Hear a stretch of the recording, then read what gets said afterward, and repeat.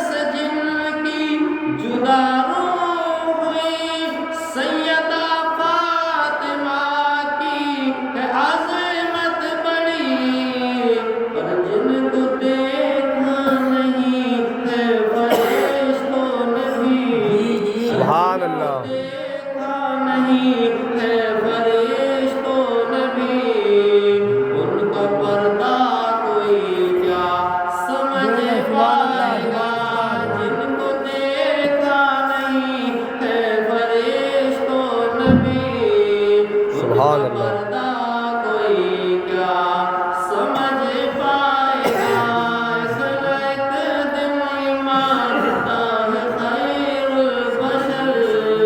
اور یہ بند حضرت امام علی مقام کی شان میں شاعری کا ہے.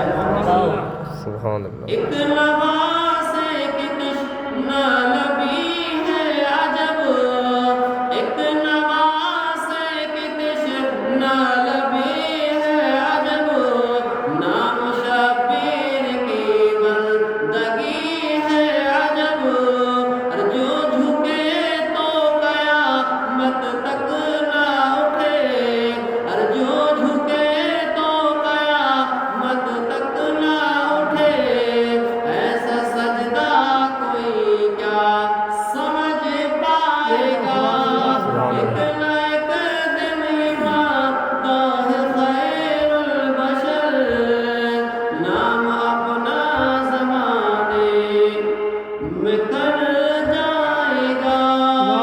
درود پاک پہ اللہم صلی علی سیدنا و مولانا محمد مبارک وسلم صلی اللہ علیہ وسلم علیہ یا رسول اللہ. حضرات محترم میں نے شعر پڑھا ہے عرش حق ہے جی مسند رفعت رسول اللہ کی حشر میں دیکھنی ہے عزت رسول اللہ. بے شک سبحان اللہ. عرش جب قیامت قائم ہو جائے گی. جی اس شعر کی تھوڑی تشریح جب قیامت برپا ہوگی تو اللہ کے جو ولی ہیں وہ موتیوں کے ٹیلے پر بیٹھیں گے بے شک اور جو انبیاء کرام ہیں جو اللہ کے نبی ہیں وہ اپنی زبان میں کہہ لو بہترین صوفوں پہ بیٹھے ہوئے ہیں. بے شک جی بے شک اولیاء کرام موتیوں کے ٹیلوں پر پہاڑوں پر بیٹھیں گے کیونکہ میدان محشر کا جو دن ہوگا میدان محشر جو ہوگا وہ سب کے لیے یکساں نہیں ہوگا. جی جی سب کے لیے یکساں نہیں ہوگا. یہ ذہن بنائیں کیونکہ جو نیک ہوں گے ان کے عیش ہوں گے مزے ہوں گے جی جو بد ہوں گے ان کے لیے وہ دن بہت کٹھن ہوگا بہت کٹھن ہوگا. تو اعلیٰ حضرت اسی شعر میں بہت کچھ آپ نے واضح فرما دیا کہ اولیاء اللہ موتیوں کے ٹیلے پر بیٹھیں گے جی اور جو انبیاء کرام ہوں گے وہ بہترین مسند پر بیٹھیں گے.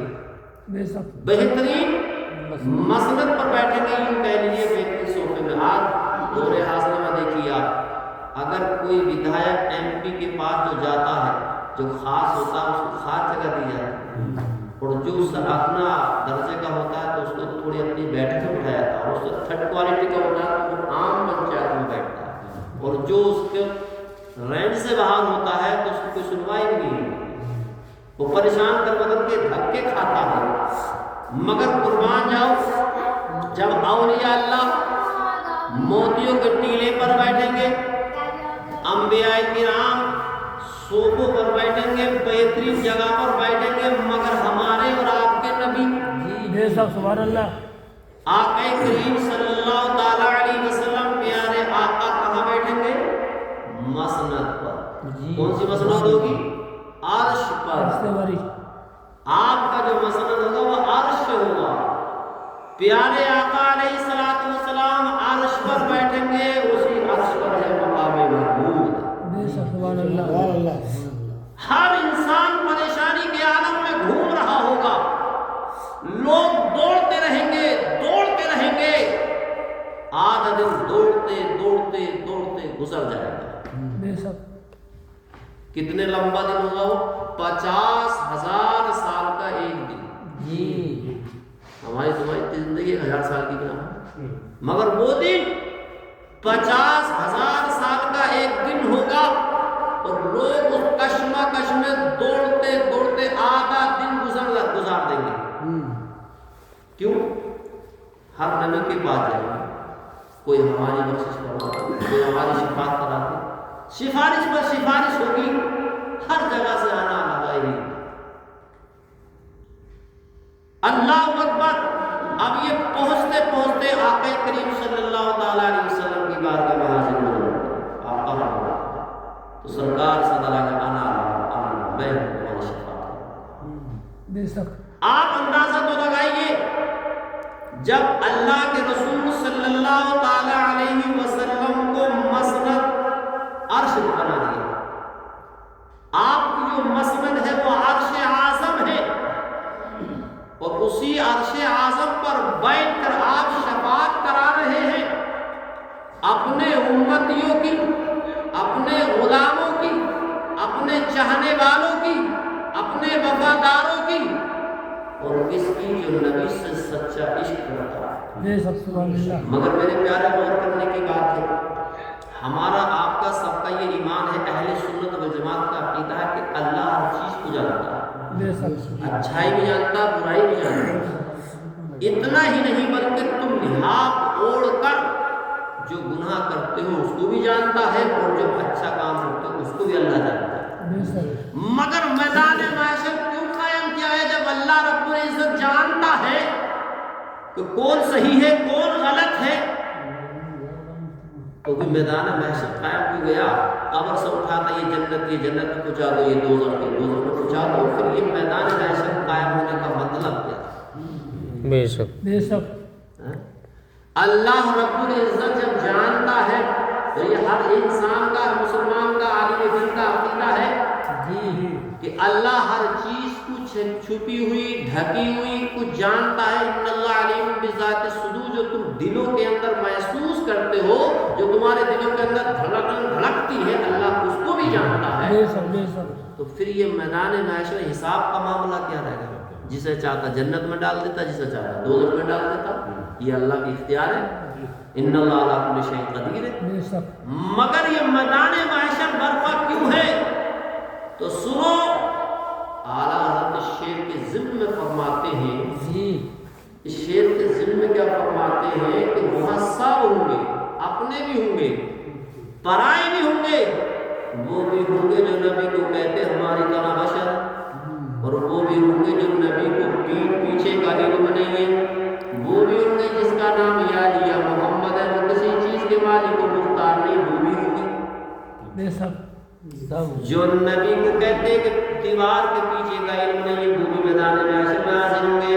آج وہ کہتے جو مر کر مٹی میں مل گئے محمد یعنی وہ کسی چیز کو مدد نہیں کر سکتے، ان سے مدد مانگنا شرک ہے، وہ بھی میدان معاشر میں ہوں گے۔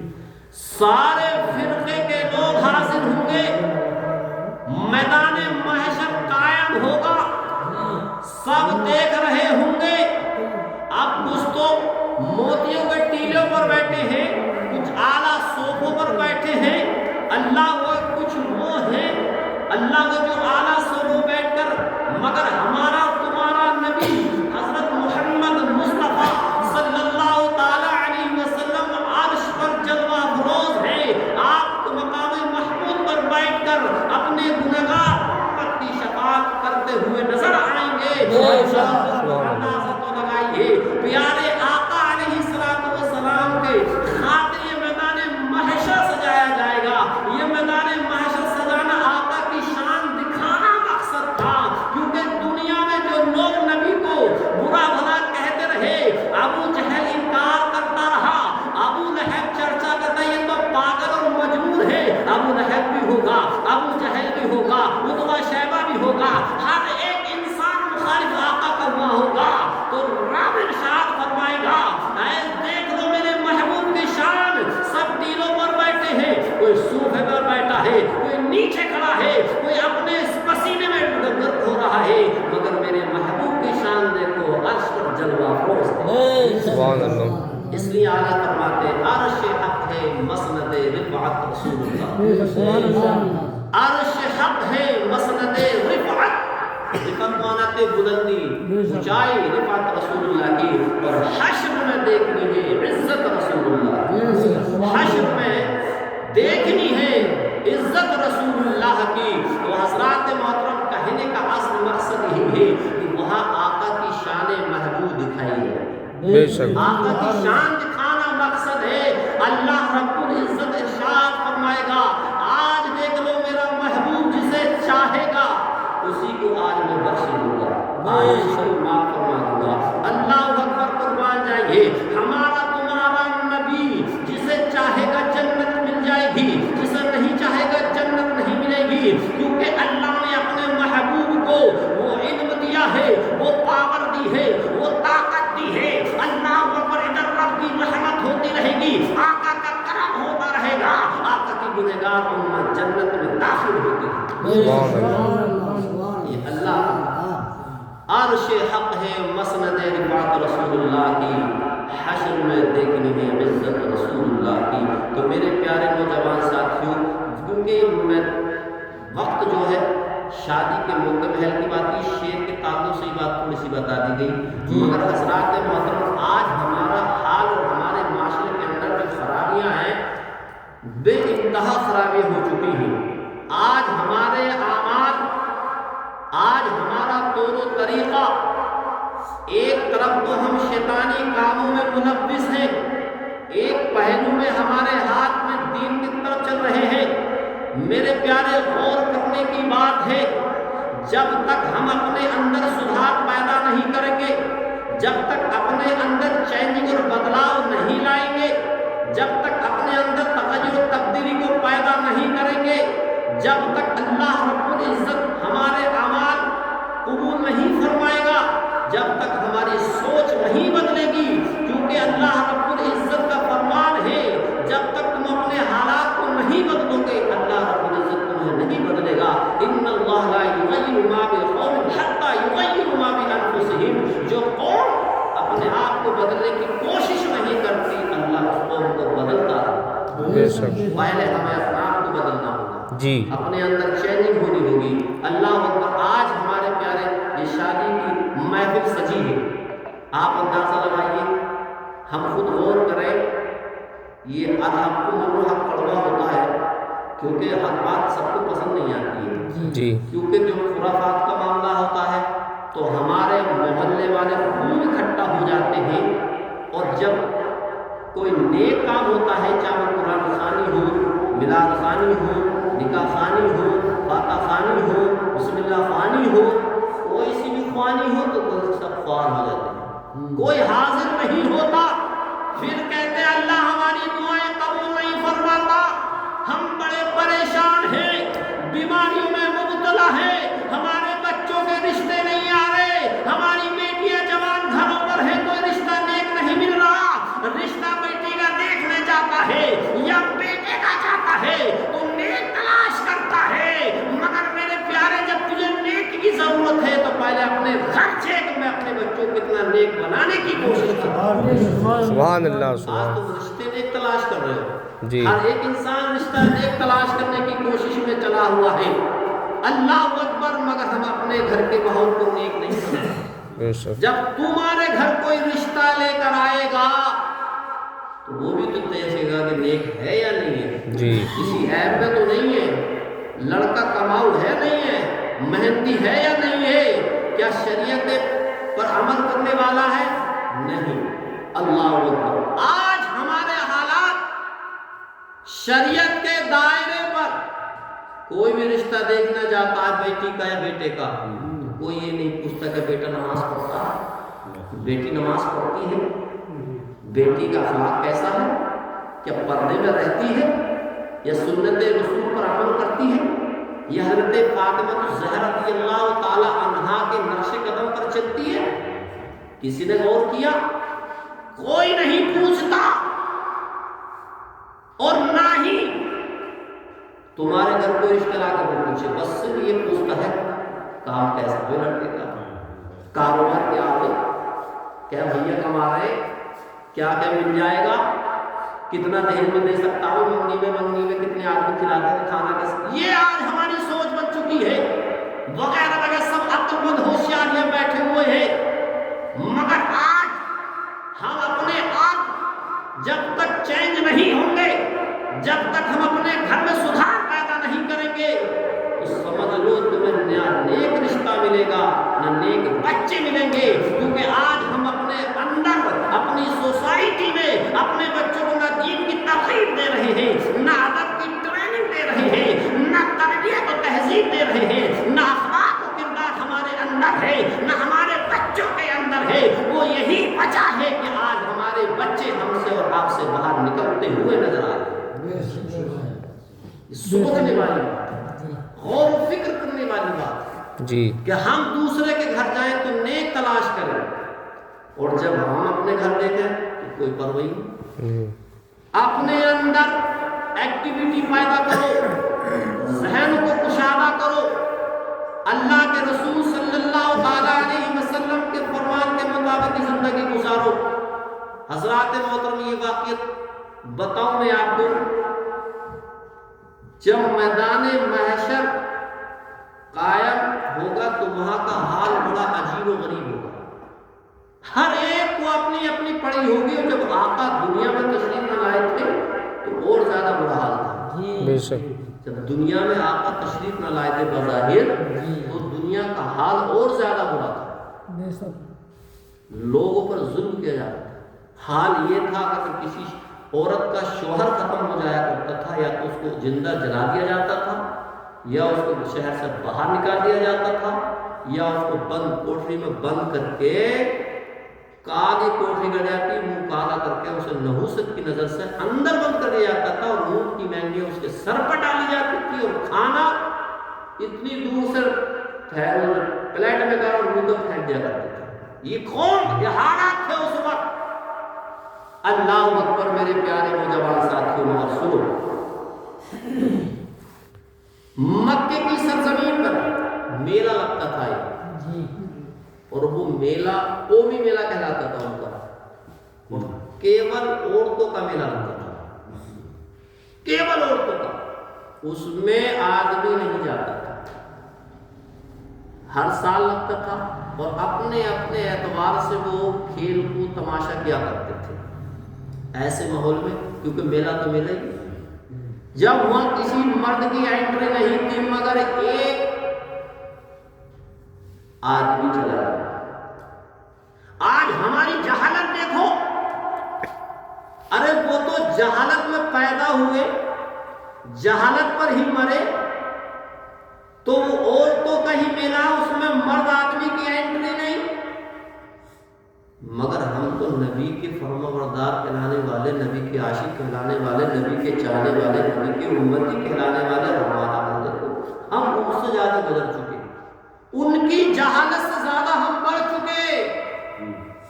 وہ تو عورتوں کا میلہ الگ کیا کرتے تھے، اور آج ہمارے میلوں کا حال دیکھو، عورتیں بھی ہوئی اور آدمی بھی ہوئی۔ بالکل بات غلط تو نہیں؟ حقیقت ہے یہ بات۔ آج میلہ چاہے مزار پر ہو رہا ہو، اسے ہم مرسل کہہ دیا، چاہے مراد آباد کی نمائش ہو، چاہے پانپڑے کی نمائش ہو، چاہے کہیں کا بھی میلہ ہو، اے ٹو جیڈ، وہاں کوئی خلق ملک دونوں چیزیں ہیں، آدمی بھی عورتوں بھی، کوئی پابندی نہیں ہے، مگر وہ قومی میلہ ہوتا ہے تو خالی عورتیں جاتی، ایک آدمی چلا، ساری عورتیں اکٹھا ہوئے، تم کیوں آئے، تم کیوں آئے، تمہارا کیا کام، عورتیں پیچھے پڑ گئی، آج کی پڑھائے آج تو خوش ہو گئے۔ یہ حالات، وہ مرد کہنے لگا میں یہودیوں کا بہت بڑا عالم ہوں، میں بہت دنوں سے ایک بات اور سوال کرنا چاہتا تھا، مگر میرے دل میں دبی ہوئی تھی، کہیں ایسا نہ ہو وہ میں مر جاؤں، وہ سوال میرے سینے میں چلا جائے، میں تمہیں بتانا چاہتا ہوں، میں ساری عورتوں کو بات بتانا چاہتا تھا، ساری عورتیں کیسے اکٹھا ہوں گے، میرا ذہن کام نہیں کر رہا تھا، میں نے آج کا موقع غنیمت سمجھا، اس لیے میں آپ کے میلے کو چلا، آج ساری عورتیں اکٹھا۔ بولے بتائیے کیا سوال ہے؟ سوال کیا ہے؟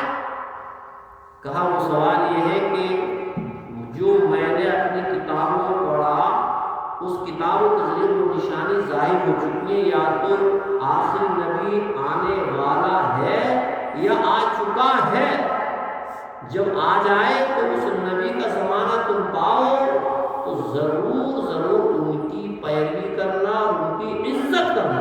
بے شک بے شک، یہودی عالم کہہ رہا جی، کیا کرنا؟ عزت کرنا، پیروی کرنا، ان کا ادب و احترام کرنا، ان کے فرمان کے مطابق زندگی گزارنا، اس میں تمہاری بھلائی ہے۔ جب اتنا سوال کیا تو اٹھتا ہے کہ جب ہو گیا سوال بناؤ گے تو اب جاؤ ایسے چلے گئے۔ اب ساری عورتیں اپنے کھیلوں میں مشغول، لہو لہب میں لگ گئی، مگر ایک خاتون ہے جن کا نام حضرت خدیجہ۔ بے شک بے شک خدیجہ بہت بڑی امیر عورت تھی، بہت امیر دولت، تاج موصب سے نمبر ہے۔ انہوں نے اس بات کو یہودیانی کی بات کو اپنے گانٹ باندھ لی، کہتے ہیں ان کی بات کو میں نے گانٹ باندھ دیا، باندھ لی اور انتظار کرتی رہی، انتظار کرتی رہی۔ اللہ اکبر، مگر یہ تاریخ گواہ ہے کہ حضور صلی اللہ تعالی علیہ وسلم تو نبی تو آپ پہلے سے ہی تھے، جی جی جب پوچھنا تو تب بھی ہم نبی تھے، مگر آپ نے نبوت کا جو اعلان کیا وہ 40 سال کے بعد کیا۔ بے شک بے شک جب مکے میں پیدا ہوئے آمنہ کے گھر میں، عبداللہ کی پیٹھ سے، آمنہ کی شکم سے، پیارے آقا علیہ السلام جب دنیا میں تشریف لائے تو آپ کو امین کے نام سے اور صادق کے نام سے یاد کیا جاتا تھا۔ یہ آمنہ کا لال عبداللہ کا بیٹا لاجواب، کیوں؟ کبھی جھوٹ نہیں بولتا، کبھی امانت میں خیانت نہیں کرتا۔ اتنے چرچے اپنے بھی کر رہے ہیں، کفار و مشرکین بھی کر رہے ہیں۔ بے بے شک شک اس کا آقا کریم صلی اللہ علیہ وسلم سب چرچا کر رہے ہیں، کیوں؟ ابھی نبوت کا تو اعلان ہوا ہی نہیں تھا، تو نبی کون مانے؟ اللہ اکبر، قربان جائیے۔ یہ آقا کریم صلی اللہ تعالی علیہ وسلم کی شان دیکھو، ارے وہ کفار و مشرکین اپنے آقا کو امین و صادق کہہ کر پکار رہے ہیں، آج ان کے امتی جو ان کی امت میں پیدا ہونے والے ہیں اس نبی کی نافرمانی کرتے چلے آ رہے ہیں، ان کی عزت کو ہم نہ پڑھ رہے، آج ہم ان کی عزت کا ادب و احترام ہم نہیں کر پا رہے۔ اللہ اکبر، قربان جاؤ میرے پیارے، ارے جو نبی کی عزت و عظمت کو سمجھ جاتا ہے، جو نبی کی رفعت اور بلندی کو سمجھ جاتا ہے، جو اپنے نبی کی فرما برداری کرتا ہے، تو قسم خدا کی وہ دین و دنیا اس کی کامیاب ہو جاتی ہے، اور اتنا ہی نہیں بلکہ اس کے گھر کی جو پریشانی ہوتی ہے وہ دور ہو جاتی ہے۔ بے شک سبحان اللہ۔ مگر وہ قوم عزت کر رہی تھی جو جہالت میں پیدا ہوئی، بے شک جو جہالت کے دور میں پیدا ہوئی، جو کفر ہی کفر تھا، ہر طرف چاروں طرف کوئی اللہ کا نام لینے والا نہ تھا، جو لے لیا کرتا تو اس کو سزائیں ملا کرتی تھی۔ سنا نہیں کہتے بلال نام لیتے تو چوری چوری لیتے تھے، پتہ چل گیا تو آپ پر کتنے کوڑے مارے گئے۔ تاریخ گواہ ہے کہ سینے پر پتھر رکھا گیا، یہاں تک کہ آپ کی چربی پگھل پگھل کر نیچے کو نکل آئی، صرف انہوں نے اللہ اس کے رسول کا نام نہیں چھوڑا لینا۔ کتنی مصیبتیں آئیں، مگر آج اللہ نے ہمیں یہ دین پہنچایا، اسلام ہم تک بآسانی آیا، آج ہم اس کی قدر نہیں کر پاتے۔ جو فری کی چیز ملتی ہے اس کی ہم اہمیت اور قدر نہیں کرتے۔ کوئی فری کی دوائی دے دے، لو حضرت یہ کھا لو، تمہارا جو ہے وٹامن بڑھ جائیں گے سارے، تو یار پتہ نہ کیا فائدہ ہوا ہے فری کی دوائی میں، اگر پھینکو، قدر نہیں ہے۔ اور اگر اسی کے 5000 لینے جائے تو بہت مہنگی ہے، بہت اچھی دوائی دی گئی۔ اللہ اکبر، آج ہم چاہتے ہیں کہ ہم نے فصل بو دی، کہ وہ بو دیے، کاٹے، گھر کٹے کٹائے آ گئے تو ہم اس کی اہمیت کو کیوں سمجھیں؟ مگر اس کسان سے پوچھو، اس مزدور سے پوچھو جس نے رات دن کھیت میں رہا، گیہوں بوئے، اس کو پانی دیا، کھاد ڈالا، اس پر کئی اسپرے کرنے کے بعد میں جب اس کو گیہوں کی فصل آتی ہے تو اسے پتہ لگتا ہے کہ اللہ کتنی محنت سے ہوتا ہے، اس کی قدر بھی جانتا ہے، اس کی اہمیت کو سمجھتا ہے۔ مگر میرے پیارے، اسی طرح سے تمہیں دین بغیر محنت کرے، بغیر مشقت اٹھائے تمہیں دین تم تک مل گیا، آج تم دین کی قدر اہمیت کو نہیں سمجھ پا رہے، بے شک اس دین کو تم نے پس پشت ڈال دیا۔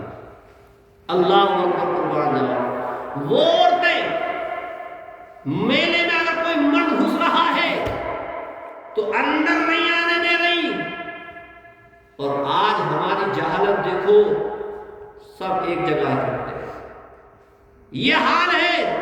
اور سنو، اپنی جہالت پر غور ڈالو، پہلے مخصوص طریقے سے نچنیاں ناچنے کے لیے آیا کرتی تھیں، مگر آج کی ہماری خواتینوں نے کہا نہ، اب تمہیں بلانے کی ضرورت نہیں، پیسہ دینے کی اور خرچ کرنے کی ضرورت نہیں ہے، اب تو تم کولم لا کر ہم خود ہی ناچتے رہیں گے برابر۔ کسی کو ضرورت نہیں ہے. یہ حال ہمارا ہو چکا ہے. پھر کہتے ہو کہ ہمارا بچہ نیک پیدا ہو جائے, ہمارا بچہ نیک ہو جائے. ارے میرے پیارے, کھیتی کرو کانٹے کی, کھیتی کرو ببول کی. چاہو تم اس میں آم پیدا ہو, پھر چاہو تم بدی پیدا ہو, تم چاہو حافظ قرآن پیدا ہو, تم چاہو قاری قرآن پیدا ہو. نہیں, اگر تم کانٹے بو گے تو کانٹے ہی کو جھیلنا پڑے گا. مگر حضرات محترم, آج قربان جاؤ, صلاح الدین ایوبی آج ایسے مصیبتیں آتی ہیں تو کہتی ہیں مولا کوئی اپنا نیک بندہ بھیج دے تاکہ ان کا خاتمہ کر دے. اب نیک ہوگا کہاں سے پیدا؟ کوئی آسمان سے نازل ہوگا, تم میں سے تو نیک پیدا ہوگا. اپنے اوپر نظر ڈالو, اپنی قوم کو دیکھو کہ ہم کتنی نمازیں پڑھ رہے ہیں, ہم اپنی پیشانیوں کو سجدے میں کتنی مرتبہ رکھ رہے ہیں. اللہ اکبر, آج ہم اپنے اندر نہیں جھانک رہے ہیں, ہم نمازوں سے دور ہیں, ہم اللہ اس کے رسول کے فرمان کے مطابق زندگی نہیں گزار رہے. پھر دعائیں کر رہے ہیں مولا ایسا کوئی نیک بندہ بھیج دے تاکہ ان ظالموں کے ظلم سے ہمیں نجات دلا دے. یہ دعائیں کر رہے ہیں. دعا کیسے قبول ہوگی؟ اب تم میں سے صلاح الدین ایوبی ہوگا. صلاح الدین ایوبی بچپن میں تھے, بقنا وہ قول لکھتے بتاتے ہیں کہ جب میں چھوٹا تھا میری ماں مجھے جب کچھ کھلاتی تھی یا پلاتی تھی تو قرآن پڑھ کے کھلاتی تھی. میں ایک روز اوباش بچوں کے جا کر مجمع میں کھڑا ہو گیا. اوباش جانتے ہیں؟ جو چھنلے ہوتے ہیں, جو شرابی ہوتے ہیں, جو جوہاری ہوتے ہیں, جو ہر عیب ان کے اندر ہوتا ہے, انہیں اوباش کہا جاتا ہے. تو حضرت صلاح الدین ایوبی اپولے میں ہوا کھڑا ہو گیا تو میرے ماں نے دیکھ لیا کہ بیٹا تو اس لیے اوباش بچوں میں جا کر کھیل رہا ہے, ارے تجھے تو بیت المقدس فتح کرنا ہے. اتنا کہنا تھا, ماں نے ایسا جھٹکا دیا, باپ نے تماچا دیا. اور باپ کی اور ماں کی محبت ایک عجیب محبت ہوتی ہے. گرا دیا بیٹے کو, گرا کے پیچھے کو موقع جب دیکھا کہ چوٹ تو لگی تو باپ اور ماں کہنے لگے بیٹا کہیں چوٹ تو نہیں آئی ہے, چوٹ تو نہیں لگی ہے. تو صلاح الدین ایوبی فرماتے ہیں کہ میرے والد محترم میں میری ماں, ارے جس بچے کو بیت المقدس فتح کرنا ہو تو اتنی چھوٹی موٹی چوٹ سے کیا برداشت, کیا سوچ سکتا ہے, ان چوٹوں سے کچھ نہیں ہو سکتا. آپ کا بیٹا ایک دن میں ہوگا کہ بیت المقدس فتح کر کے دکھائے گا. صلاح الدین ایوبی کا قول ہے. آج تمہارا بچہ کوئی بتا دیے باپ کے ادب کرنے کو تیار نہیں, کیوں کرے جب تم ہی نافرمانی کر رہے ہو. بچے کی غلطی نہیں ہے, میدان محشر میں حساب اس کے ماں باپ سے ہوگا, اس کے بڑوں سے ہوگا, کیونکہ آج تم بھی نافرمانی کر رہے ہو. آج ہر انسان کی یہ شکایت ہے کہ ہمارا بچہ ہمارے کہنے میں نہیں ہے, ہمارا بچہ ہماری نہیں سنتا ہے. اور وہ سونے پہ سہاگا یہ ہو جاتا ہے کہ جب سے ہم نے اس کی شادی کرتی ہے جب سے تو ہماری بالکل سنتا ہی نہیں, یہ لوگوں کا غلام بن گیا. ارے غور کرو, جب تمہارا بچہ تمہاری نہیں سنا, تمہاری نافرمانی کر رہا تو تمہیں کتنی تکلیف ہو رہی ہے. ارے جس رب کی تم رات دن نافرمانی کر رہے ہو تو اللہ رب العزت تم سے کیا راضی ہوگا یا خوش ہوگا, خود فیصلہ کرو. اللہ اکبر, آج تم بھی اپنے رب کی نافرمانی کرتے ہوئے نظر آ رہے ہو. ہر قدم پہ تم رب کی, اپنے رب کی, اپنے آقا کی نافرمانی کر رہے ہو. جب تم نافرمانی کر رہے ہو تو اللہ نے تم پر اولاد ایسی مسلط کر دی کہ تمہاری بھی نافرمانی